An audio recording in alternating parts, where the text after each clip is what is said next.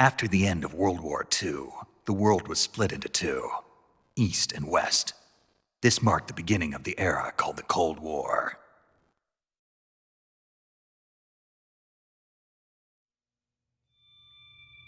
Hello everyone and welcome to the first episode of my Metal Gear Solid 3 Snake Eater playthrough series. As the title suggests, it will be a playthrough. All episodes will be showing gameplay and cinematics. I don't understand the cinematics are to everyone's taste, so if you would like to skip to the gameplay, the timestamps will be in the description box below. If you do enjoy the video and the series, give it a thumbs up, click subscribe and ring that bell for channel notifications. I'll see you all in the next episode. Flying over Pakistan, altitude 30,000 feet. Approaching Soviet airspace.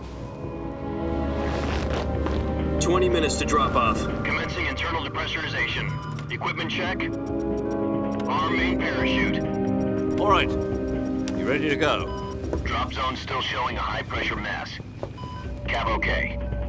Good. We've got high visibility.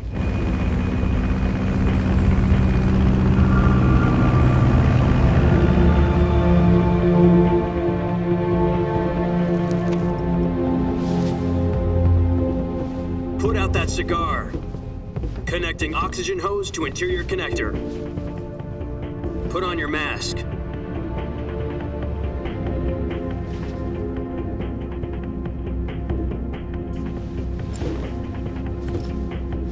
Does this panty waste know what he's doing?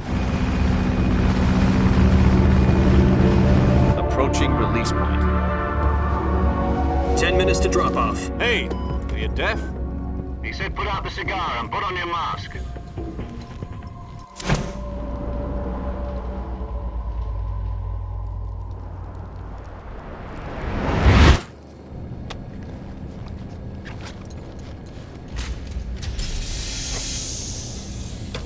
Depressurization complete. Checking oxygen supply. 6 minutes to drop off. Opening rear hatch.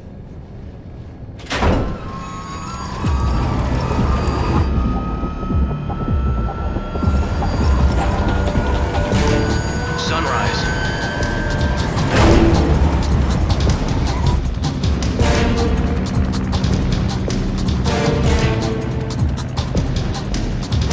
External temperature minus 46 degrees Celsius. 2 minutes to drop off. Stand up. You'll be falling at 130 miles per hour. Try not to get frostbite from the wind chill. 1 minute to drop off. Move to the rear. Activate bailout model. This is one for the history books. The world's first halo jump. 10 seconds to drop off. Stand by. Status okay. All green. Prepare for drop-off. Countdown. 5, 4, 3, 2, 1. Spread your wings And fly. God be with you.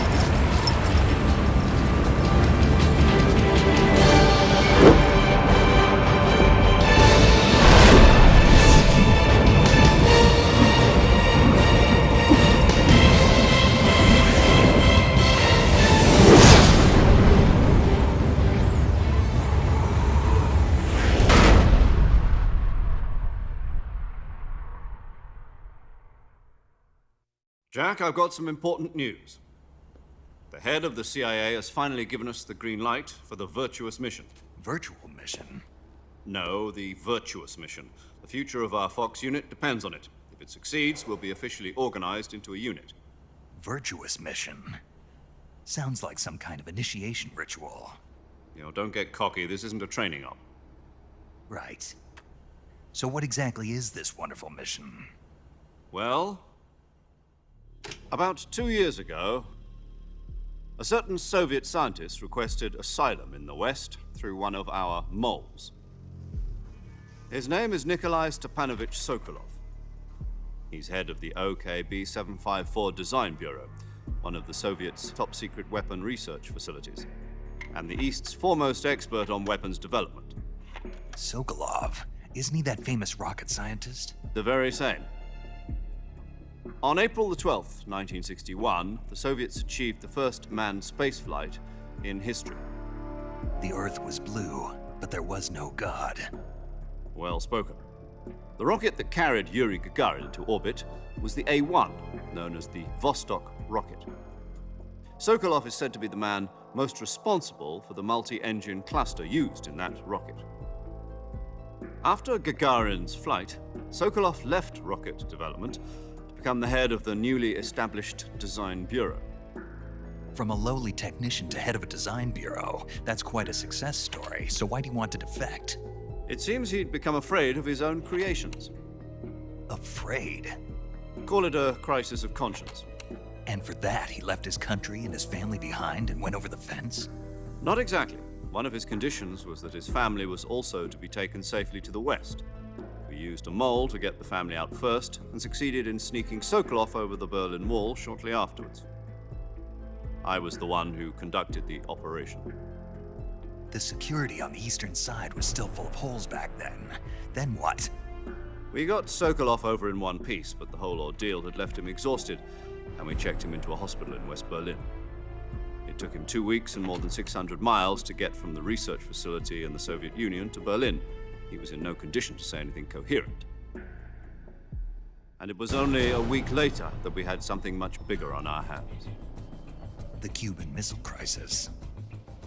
October the 16th, 1962, President Kennedy received word that the Soviets were in the process of deploying intermediate-range ballistic missiles in Cuba. The President demanded that the Soviets dismantle and remove the missiles. At the same time, he announced a naval blockade to prevent further missile shipments from reaching Cuba. But the Soviets didn't back down, instead placing their armed forces on secondary alert. Soviet transport ships carrying missiles continued on course towards Cuba. US and Soviet forces went on alert for an all-out nuclear war.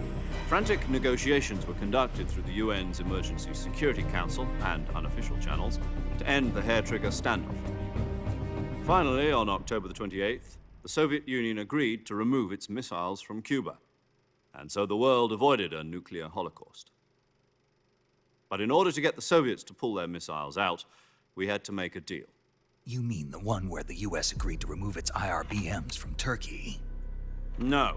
The Jupiter IRBMs deployed in Turkey were obsolete, and we were going to get rid of them anyway. They had no strategic value whatsoever to either the US or the Russians. The Turkey deal was a ruse, a cover story that was fed to the other intelligence agencies around the world. So what did the Russians really want? Sokolov. They wanted us to return Sokolov. You mean the Soviets pulled out of Cuba just to get their hands on Sokolov? That's right. What the hell was he working on? At the time, we had no idea. We were running out of time. It was either give up Sokolov or risk full-scale nuclear war. In the end, we had no choice. President Kennedy gave in to Khrushchev's demand. The next day, I got Sokolov out of the hospital, handing him over to agents on the eastern side. Sokolov kept on screaming, "Save me," until he disappeared from my sight. Then a month ago, we received some new information from one of our moles. About Sokolov? Yes. He was taken back to the research facility and forced to continue working on the weapon in question under KGB supervision. What's more, it's on the verge of completion. So what kind of weapon is it? Something to do with space rockets? No, missiles. Same technology. I guess you're right. We don't know the details, but it appears to be a new kind of nuclear device. For half a year now, the Soviets have been conducting frequent nuclear tests at Semipalatinsk. Something to do with the weapon, I assume. We're talking about a secret weapon so big that Khrushchev was ready to pull out of Cuba to get it back. Is Sokolov still in the facility? No. According to our intelligence, he's in Selino-Yarsk, a place in the mountains about 3 miles to the west that's known as the Virgin Cliffs. The Virgin Cliffs. Nice name for a virtuous mission. They moved him there just recently. Why? Apparently, they're conducting a field test of the weapon, but it's our best chance to get him back. This mission would never have been possible if he was still in the research facility. This is our last chance. Sokolov must have known that too when he contacted us.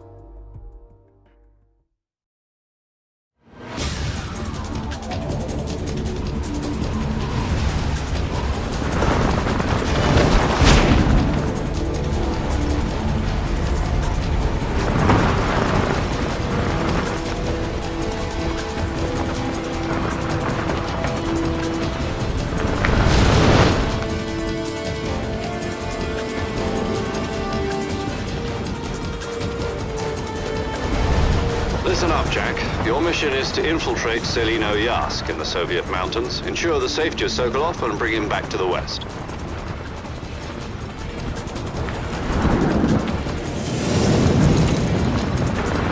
If we don't get Sokolov back before that weapon is complete, we'll be facing a major crisis. The clock is ticking.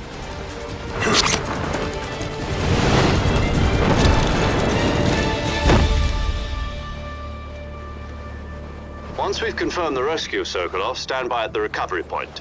A recovery balloon will be dropped at that point. Helium will be pumped into the balloon to inflate it. The process takes about 20 minutes. Once it's complete, the gunship's arm will latch onto the balloon and pull it up. The Fulton surface-to-air recovery system. I'm familiar with the theory. Take it easy. It's been combat-proven. Do you think Sokolov is up to it? The shock will be less than during a parachute jump, and the arm can handle up to 500 pounds. So you're planning on going over the border in a single combat Talon? She's equipped with two 6-barrel 20mm Vulcan cannons, as well as two 40mm machine guns. Sounds like she could hold her own against a battalion of tanks. Even with the fuel in the reserve tank, we're facing a 4-hour time limit. If all goes well, it shouldn't take more than a few hours. Home in time for dinner. But if anything goes wrong, you'll be eating dinner, breakfast, and all the rest of your meals in the jungle.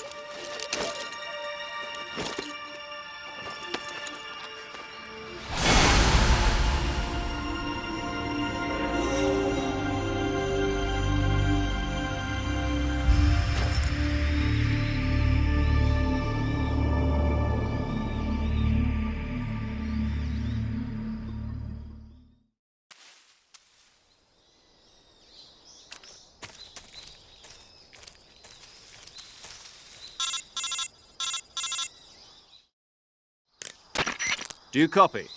You're already in enemy territory, and somebody might be listening in. From here on out, we'll be using code names to refer to each other. Your code name for this mission will be Naked Snake. I'll be referring to you as Snake from now on. You're not to mention your real name. Snake?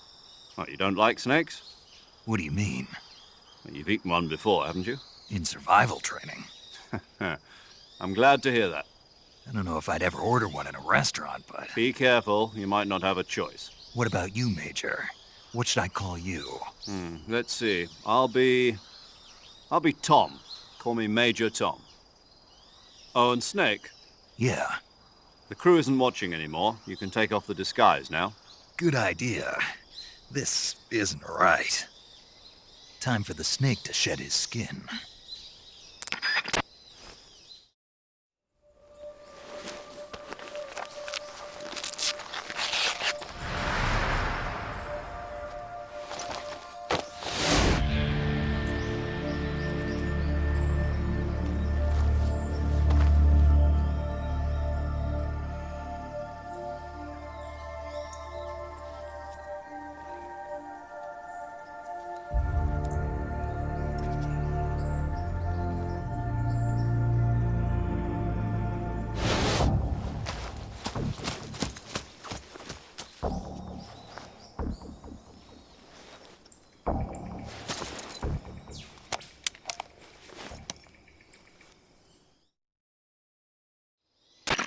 Can you hear me, Major Tom? This is Snake. Kept you waiting, huh? This will be a sneaking mission. You must not be seen by the enemy. You must leave no trace of your presence. Is that clear? This kind of infiltration is the Fox unit's speciality. In other words, weapons and equipment are procured on site. That goes for food as well. You're completely naked, just as your name implies. Great. Now I see why you asked me if I like snakes. I suppose calling me Snake was your idea of a joke, too. No, there's a good reason for that. I'll tell you later when the time is right. Gotcha. Getting back to the subject, how exactly am I supposed to feed myself? You've been issued a knife and a tranquilizer gun. Use them to hunt for food. You'll also find some medical supplies in your backpack. Yeah, about the backpack. I lost it in a tree on the way down. I see. Well, you'd better go back and get it then. You know where it is? No problem. I can see it from here. It's stuck on a branch. To climb a tree, stand in front of a tree that's covered in ivy and press the action button. I'll be monitoring your progress over the radio. We can't risk violating Soviet airspace, but I'll be in the gunship. My frequency is 140.85. I'll give you a call if I need to talk to you.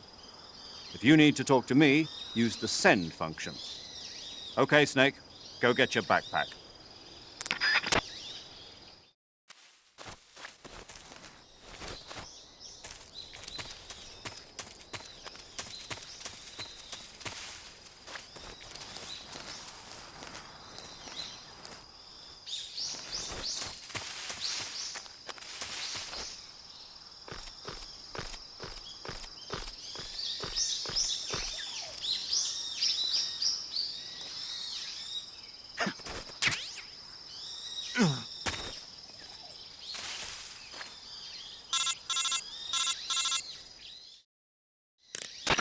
I see you've retrieved your backpack, Snake. To equip a weapon, it's necessary to take it out of your backpack. In the survival viewer, choose Weapon from the backpack. Your available weapons will be displayed in a window in the upper left. From that list, choose the weapon you want to equip and press the Enter button. For other equipped items, just do the same thing from Item. Got it. Use the survival viewer backpack. Yep, that's right. Survival is fundamental to this mission. After you've been out in the field for a while, your stamina will start to drop. If your stamina gets too low, it'll affect your performance. You won't be able to shoot accurately, for example, and your wounds won't heal as smoothly. Keep an eye on your stamina so you don't run out. To recover lost stamina, you can hunt for local flora and fauna. You can use either your tranquilizer gun or your knife to hunt. My only weapon is a Mark 22 Hush Puppy tranquilizer gun? That's right. It's been fitted with its own suppressor. However, the suppressor will deteriorate every time you fire. Once its durability reaches 0, the noise suppression effect will be gone. So don't get too trigger-happy with it. The suppressor's durability is shown in the icon. Any weapons and equipment beyond what you're carrying now, you'll have to find as you go. I have to find my own weapons and equipment? Whose crazy idea was this, anyway? Solo covert actions are standard Fox operating procedure. You can't leave any traces of your presence. No weapons, equipment, footprints, sweat, or bodily waste. The same goes for bullets and cartridges, too. Your presence in enemy territory is already a violation of international conventions of warfare. There aren't supposed to be any American soldiers in Russia. It could spark an international incident. You can't let anyone see you. You can't let the enemy know you're there. This is a stealth mission. You're a ghost, Snake, in every sense of the word. And there'll be no rescue if you're captured. The military and US government will deny any involvement in the affair. Then I'll just have to take care of myself, huh? I'm afraid so. You've been given a fake death pill for that purpose. SIS guidelines stipulate that soldiers on covert ops like this one be issued a potassium cyanide capsule. Tape it to your body so you can take it when you need to. How generous of you. Use it if you're taken prisoner by the enemy. It'll send you into a state of false death for a short time. Fooling them into thinking that I'm really dead. So, how do I come back to life? Just take the revival pill. You mean that thing they put in my tooth before the mission? That's the one. But be careful. If you remain in a state of false death for too long, nothing will be able to bring you back. Remember that. I'll keep it in mind. You said this was a solo mission, right? Right. I guess that means I can't count on any reinforcements. Correct. The mission rests entirely in your hands. A real one-man army. Relax. There's a support team ready to back you up over the radio. Who? I'll introduce them to you. This time, survival is of utmost importance. The first member of the support team will be in charge of monitoring your physical condition, acting as a medic, so to speak, as well as recording your mission data. She's a member of Fox as well, and she's here on the gunship with me. She? Hello, Snake. I'm paramedic. Nice to meet you. Paramedic. As in a medic who comes in by parachute. Aren't you going to tell me your real name? Are you going to tell me yours, Mr. Snake? My name, huh? It's John Doe. And they call you Jack for short. You're a regular Captain Nemo. A name means nothing on the battlefield. After a week, no one has a name. What's your name? Jane Doe. Very funny. I wasn't joking, but I'll tell you my name only if you manage to make it back alive. My frequency is 145.73. She's also in charge of recording your mission data. Whenever you want to save, send a message over the reserved save frequency, 140.96. So saving lets me record my mission data. That's right. It also records the state of your health. Good to know. There's one more person I want to introduce you to, Snake. Huh? Speaking of snakes, you remember the boss, don't you? A legendary soldier and your mentor. Actually, it was the boss that got the DCI's authorization in the first place. She's going to be serving as Fox's mission advisor. The boss is? She also helped me plan this mission. She and I were at SAS together. Jack, is that you? How many years has it been? Boss? That's right. It's me. Oh. Talk to me. Let me hear your voice. It's been 5 years, 72 days, and 18 hours. You've lost weight. You can tell just by the sound of my voice. Of course I can. I know all about you. Really? Well, I don't know anything about you. What's that supposed to mean?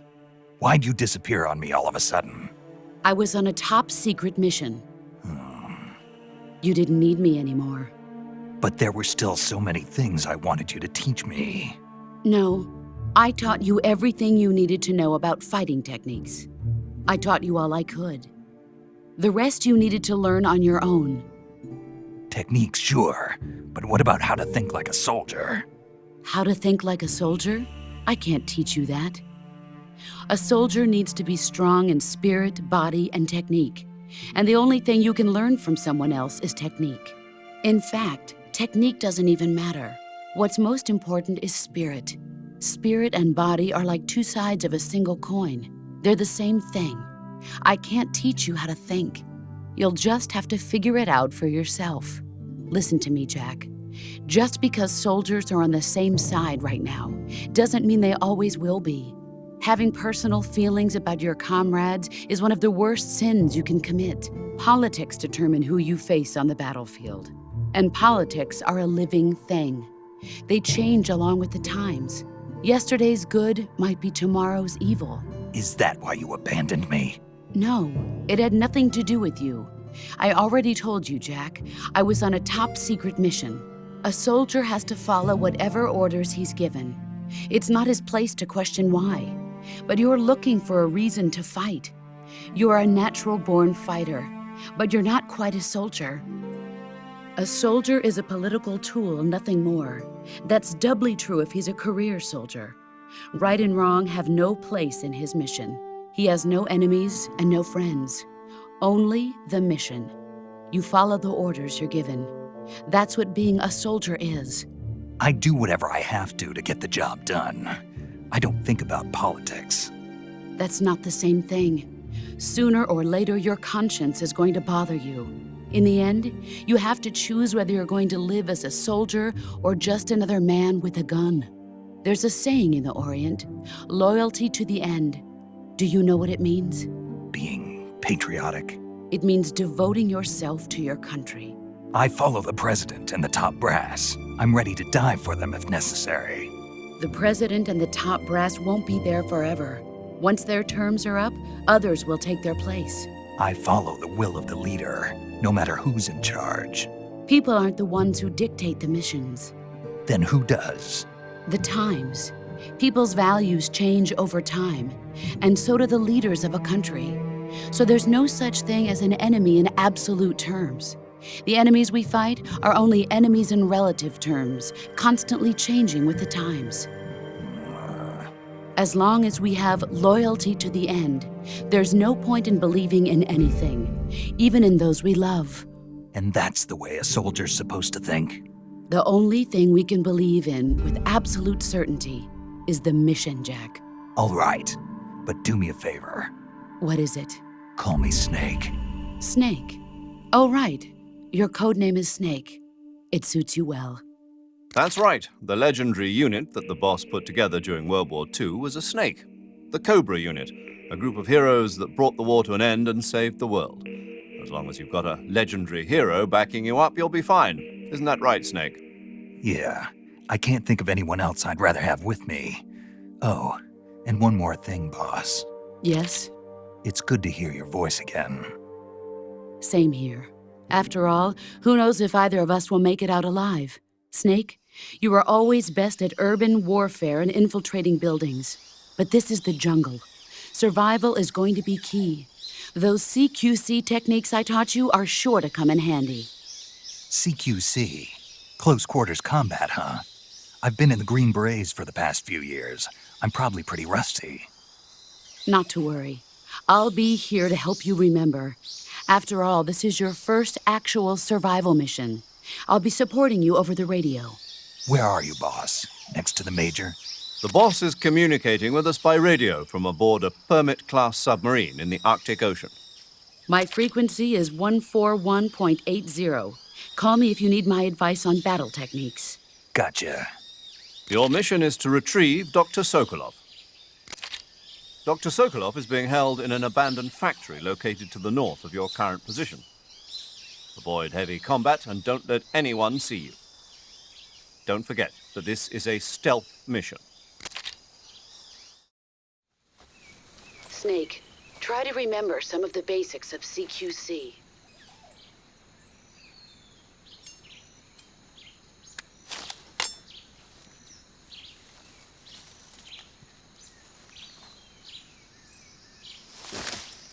Commencing Virtuous mission now.